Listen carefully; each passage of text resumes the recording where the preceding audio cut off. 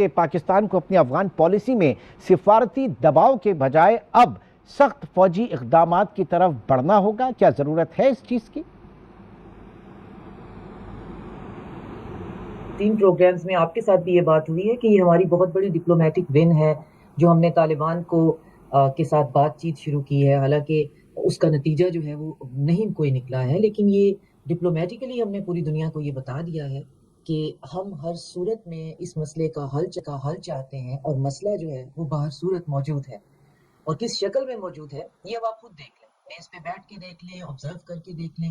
اور اب United nation جو ہے اس کی جو انڈیپینڈنٹ ہے، ان بائسڈ رپورٹ ہے، اس میں جو تفصیلات آئی ہیں وہ تو بہت حیران کن ہیں. وہ تو باقاعدہ آپ کو یہ بتا رہے ہیں، وہ تو نمبرز دے رہے ہیں کہ کتنے وہاں پہ ٹیررسٹ جو ہیں وہ فریکشنز موجود ہیں، کہاں سے ہیں، ان کی فنڈنگ کہاں سے ہو رہی ہے، ان کی فائنینس کہاں سے ہو رہا ہے. اور ایون TTP جو ہے باقاعدہ اس میں ذکر ہے کہ وہ پاکستان کے اندر انہوں نے سیورل اٹیک کیے ہیں فرام دا افغان سوائل.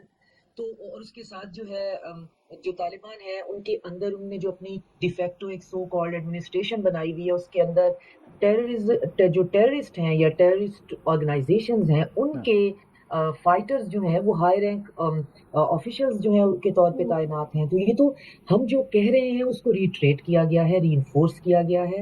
اور آف کورس یہ ہمارے لیے جو ہے ایک بہت بڑا ایک ایسی چیز ہے جس میں کہ ہمارے ریجن کو خاص طور تو پہ ہمیں اب ان سے ہارڈ اسٹیٹ کے طور پر ہی نمٹنا ہوگا.